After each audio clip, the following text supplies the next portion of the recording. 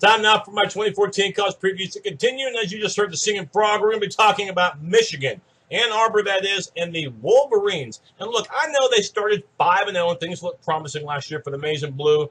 But even during that 5-game winning streak to start 2013, we had a feeling maybe it was a mirage. Maybe things weren't all that great. Because remember, 2 of their wins were narrow escapes against Akron and Connecticut, 2 teams that Michigan was far better than, but it took a major effort to hold off those 2 teams. And, of course, Michigan, despite beating Notre Dame early in the year, really hit the skids late, winning only 2 of their final 8 games. So what's Michigan done since then? Well, first of all, they're trying to figure out how to get the offense going, in particular the ground attack, which was not even in the top 100 in college football last season. So they fired offensive coordinator Ed Borges, and they brought in Doug Nussmeier, okay? Doug Nussmeier, the former Alabama offensive coordinator, just for 2 years. But by the way, in year number 1, they won a national title. So if Nussmeier can't get that Michigan ground game going, I don't think anybody can. He's emphasized that they're going to be running inside zone. That's a rushing attack in between the tackles, in your face,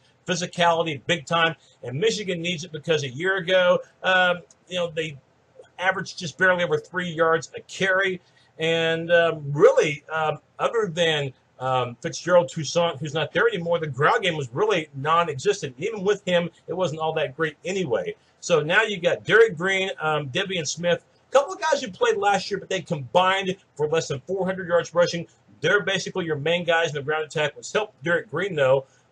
Looked real good during the spring practices, during the spring game, and has lost some weight. So that should help right there. And looking at the offensive line for the Wolverines, the tackles, they're gone, including Taylor Lewan, who got drafted by the Tennessee Titans. So a guy like Eric Magnuson, who must step in and must make an immediate impact for this team because he's got some shoes to fill. The guards do come back, and we'll see if Nussmeier makes some adjustments there. But for right now, you got the Kyles back. That's Kyle Bosch and Kyle Callis. So you have experience back there. The tight end from a year ago, Devin Funchess, could move him to receiver. He's basically like a receiver. He's 6'5", 230, terrific hands. Does have to work on his blocking skills, though. And tight end this year projected to be A.J. Williams. Talking about the receiving core, we mentioned Funchess earlier. Going to talk about the quarterback now. Devin Gardner, he's number 1 in the depth chart. And last season, he threw for about 3,000 yards. And only the second Michigan quarterback in history to do that for a season. And they've had terrific quarterbacks over the years. Jim Harbaugh and Tom Brady, just to name a couple. So some unique company right there for Devin Gardner stat-wise to even be compared to those guys. But he's got to do a better job reading defenses. Completion percentage needs to be better than 60% as well. That's what he registered a year ago. If he can't handle the job, then Shane Morris, who played in last year's Buffalo Wild Wings Bowl because of the broken toe injury to Gardner, could very well take over as the number 1 signal caller. Looking at the defense, I'm not quite as pessimistic about this group because I didn't think they did that bad of a job. You get all the linebackers back, and this time you should have Jake Ryan from start to finish. Remember last year, didn't get onto the field until late in the year because of the major knee injury. So Ryan moves from outside linebacker to middle, and I think that position will really be comparable for him. Outside linebackers, you add speed there with James Ross III and Desmond Morgan. So the 3 linebackers return, the ends return, but the tackles, as far as the starting rotation, will be fairly new. So watch for that. Michigan did a decent job in rush defense a year ago, top 30 in the country. People are excited about this guy. Why not? Jabril Peppers, one of the top freshmen in the country. He was out of New Jersey, and the guy was the number 1 corner last year in high school football. How big of an impact is that? Well, remember the year before the top corner was a guy out of Tampa, Florida named Vernon Hargreaves III, and he made an immediate impact for Florida. I know their offense was bad, but their defense was sensational a year ago, and this year they think that Hargreaves could be an All-American this year. He's that good. Well, Jabril Peppers, he's being compared to another Michigan great, and that guy is none other than Charles Woodson because he can be that impactful of a special teams player as well as a corner. Peppers will probably be the projected starting cornerback. He's going to be that good. He's explosive. Watch out for Jabril Peppers. You're going to hear a lot about him. And then you got some other returners in the secondary, including Jared Wilson at free safety. Another corner, you have Ray Taylor, and also Blake Countess could play the corner, could play the nickelback. We'll see how that goes.